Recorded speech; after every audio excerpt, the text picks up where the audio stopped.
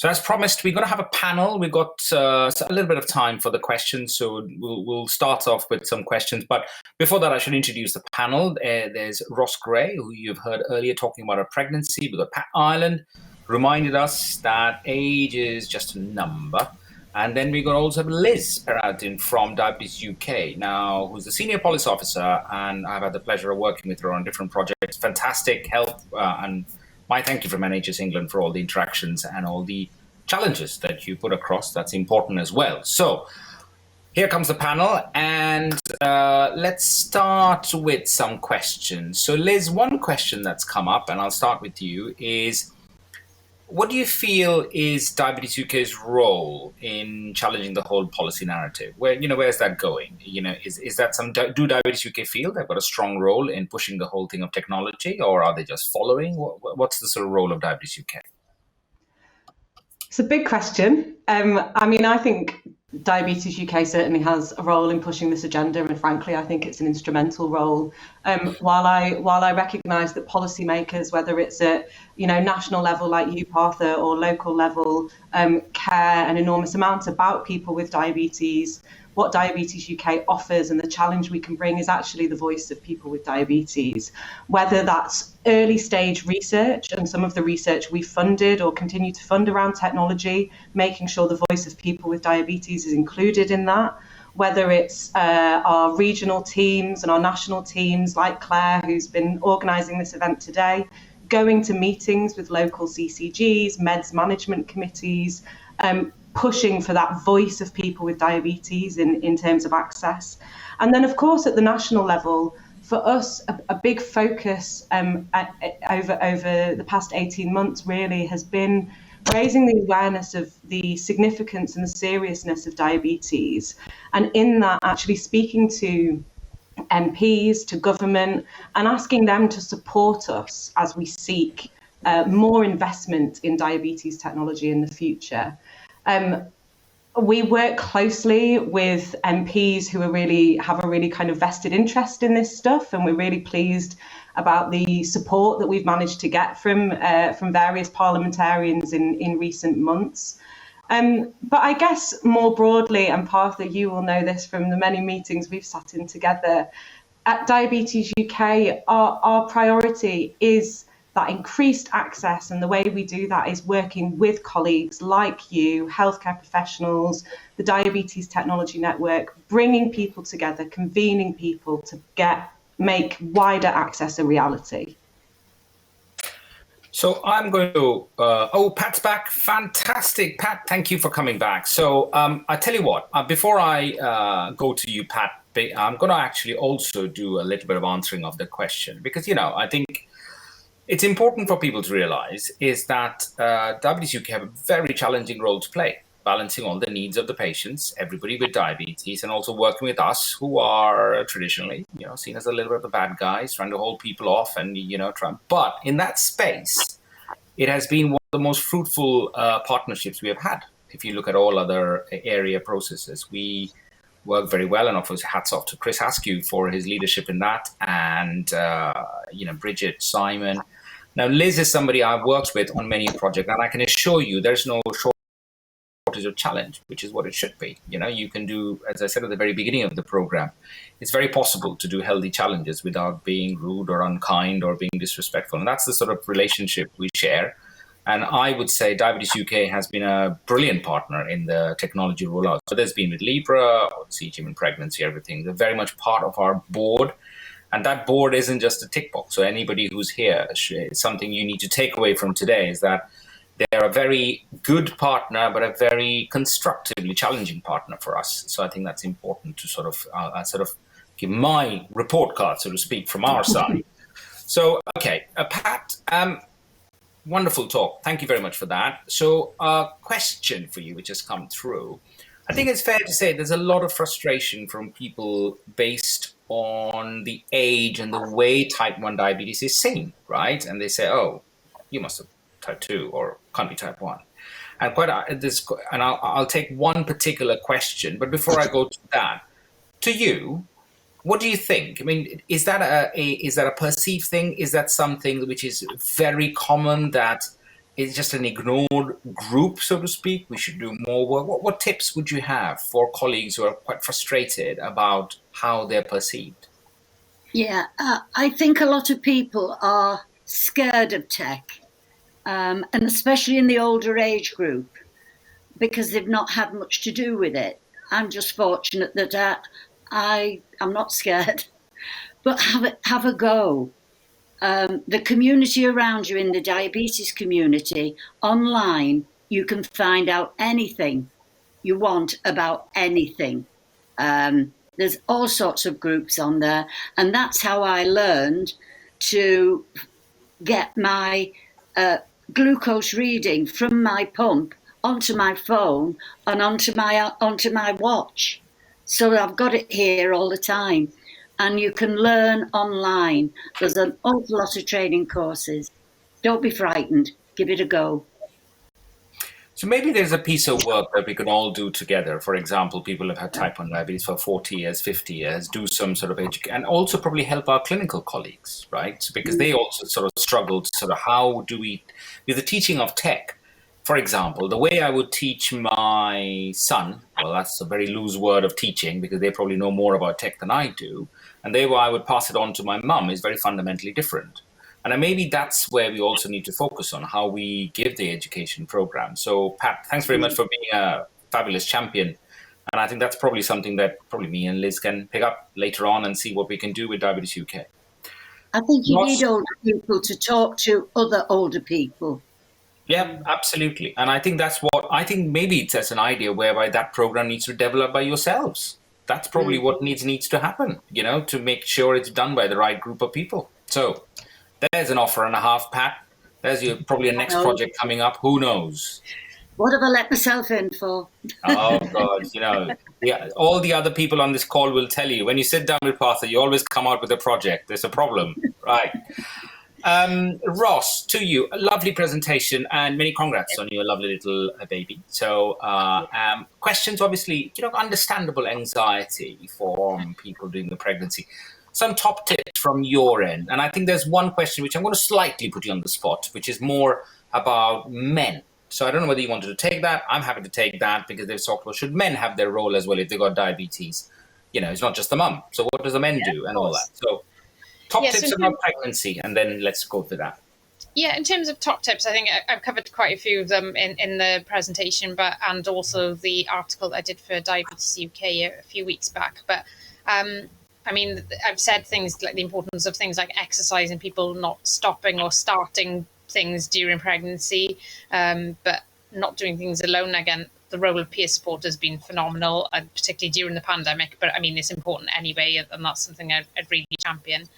But I think above all of those things is first of all, is not beating yourself up, because, you know, the days where you have the random highs and the random lows, the guilt you can feel with that when you're pregnant is phenomenal, and it can really eat you up. But what tends to happen with that is that you get anxiety, get stressed, your blood sugars elevate even more. So it's not a good cycle to be in. So I think it's about realizing that, you know, those bumps will happen, and that's kind of completely natural, and things will catch us off. But it's about kind of looking at the bigger picture and trying to get things under control or managed as best as possible where you can. And the key one for all of that is, I feel like I'm saying the same thing over and over again, is planning. Again, because I think one of the key things that has kind of come out of this when I was putting this together is people, and if you had seen a few comments in the chat about people saying, oh, I've been asked if I'm going to get pregnant at 22 and I've got no interest, or 19, but maybe people don't realise why they're being asked. So I think it's about that having that conversation, that even if you're not in the place where you're even considering having a baby, it's maybe just having that conversation and finding out why people are asking. And, you know, I was going to say, not that I wanted to do a huge amount of promotion, but this book, if I hold that up like that, Pregnancy with Type 1 Diabetes, for me was a really good book, just in terms of, because it looks at things like planning for pregnancy, the different months, and then after the postpartum bit as well, with breastfeeding and how you deal with that, because there's so many changes. So for me, it's about getting the information so I can make the right choices. Coming on to the bit about men, because I saw that question about people who want to be dads and fathers. Absolutely. I mean, diabetes does affect men in different ways, and you can have erectile dysfunction and other things as well. So obviously it's really important if you really want to be a father, or that's something that you're considering, that you have those conversations early. I mean, I'm probably not the best person to answer those questions, but I don't know, Partha, if you want to, if I throw it back to you a little bit here on this one. I think it's just, for me, it's about raising any of those concerns early. Yeah, so I think in general, if you look at the research, there's been lots of debate about, does poor glucose control lead to, for example, drop in fertility? That's always been an area of concern, debate, discussion. There's nothing been locked in, so to speak.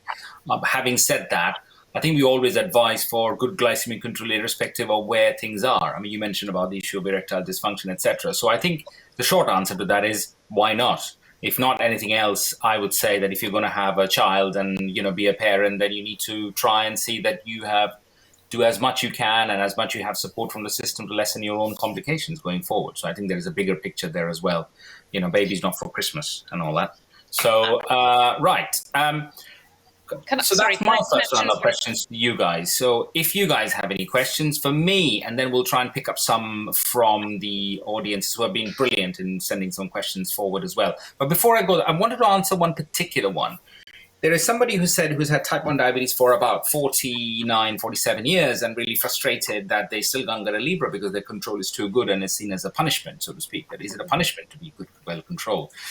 So we are working quite hard on it. So hopefully we should have some good news across the board for people with type 1 diabetes and maybe even type 2 about access to technology. So there's a lot of work going on. We appreciate that. But as Liz will tell you as well, it's not quite easy to open the doors of the NHS, but we are getting there. I think we are making good progress, and let's see, it looks quite positive, is what I will say. I'll probably say something right at the end. So, no, I just to reiterate what you said, Partha. I mean, it's a focus for you. It's a focus for us at Diabetes UK, and it's you look at countries, kind of European neighbours who have such massively wider access to Libra and other diabetes technologies than we do. You sort of think, why can't we get there? Why aren't we able to achieve that as well? So it's a big focus for us, that widening. Certainly the Libra criteria at the moment, that I know as somebody living with diabetes, it can feel really punitive. So yeah, it's great that we're kind of pushing that agenda together. And I think just widely speaking, that is one of the, I would say, the flip side of having a tax-funded system. It's the best, way of delivering healthcare to all. But that's the thing, you have to compete with everything else to make your pitch. And that's the struggle that you have that is not always there in other countries. So I've had some questions about, what is your personal view, Partha, about who should get a Libra? So I'll tell you my personal view. I think everybody with type 1 diabetes should get it, full stop, irrespective of any condition. There should be nothing attached to it. It should be part and parcel of what you're offered, along with education and everything else. Your age should not be a case. Your control should not be. Your duration should not be. That's my position. And I can assure you that's what I will be pushing for. I also think there is a significant group in type 2 diabetes who should have it as well. I know it's not quite a type 2 diabetes conference, but there are many people on basal bolus insulin and struggling in residential homes, etc. So yeah, so let's see what the future holds. We're working on it, is all I can say at this present moment. Okay, any questions for me, team? I have one. Can I go on a continuous loop monitor, please? Sorry, go for it, Pat. Go again. I want to go on this new continuous loop monitoring thingy. Okay, thingy. Let me tell. There's been quite a fair few questions as to what the thingy is. Let me tell you what the thingy is. So the thingy is, I think, as I said, the simplest way I can put it is the way to look at it is that normally type 1 diabetes, apart from everything else around you, involves three things: pricking your finger to check your glucose, then looking at the number and thinking, well, what do I do about it? And then going like, okay, I need to give my insulin through a pen. That's the state as it's been over the last whatever years. We are now moving to the finger pricking, we'll not do that. We'll scan ourselves. Then the other bit about the delivery of the insulin going in through a pump, so you don't have to do it yourself. Now the calculation bit is where the looping comes into play, whereby the algorithm, or computer for want of a better word, will do that calculation to a significant extent. Not fully, you still have to do a fair bit of, counting and everything, but it does a lot of that. So we are moving towards an automated system, if that makes sense. Now, how can you get on that thingy, Pat? Right. So what we got at the present moment is we are doing a real world evaluation. We're doing it at about 25 centers around the country, adults, and 5 or 6 pediatric centers. And what we want to see is the impact of this. Is it as good as it says on the tin? Does it work for everybody? And is it quite simple to start? Right? Because this is not just about, because if we sort of say, which we have learned from Libra, as Liz will tell you roll it out and then lots of clinicians go like, what is this? And you go like, oh, right. Okay, we need to start again and teach it. So there's a bit of that. So that's what we are learning at the moment. So that data will be collected, given to NICE, hopefully next year, March, April. We expect them to make a decision in July, August. And if they say yes, then we open that door. That's the next step. So that's where we are. So let's see, Pat. Let's see where we go.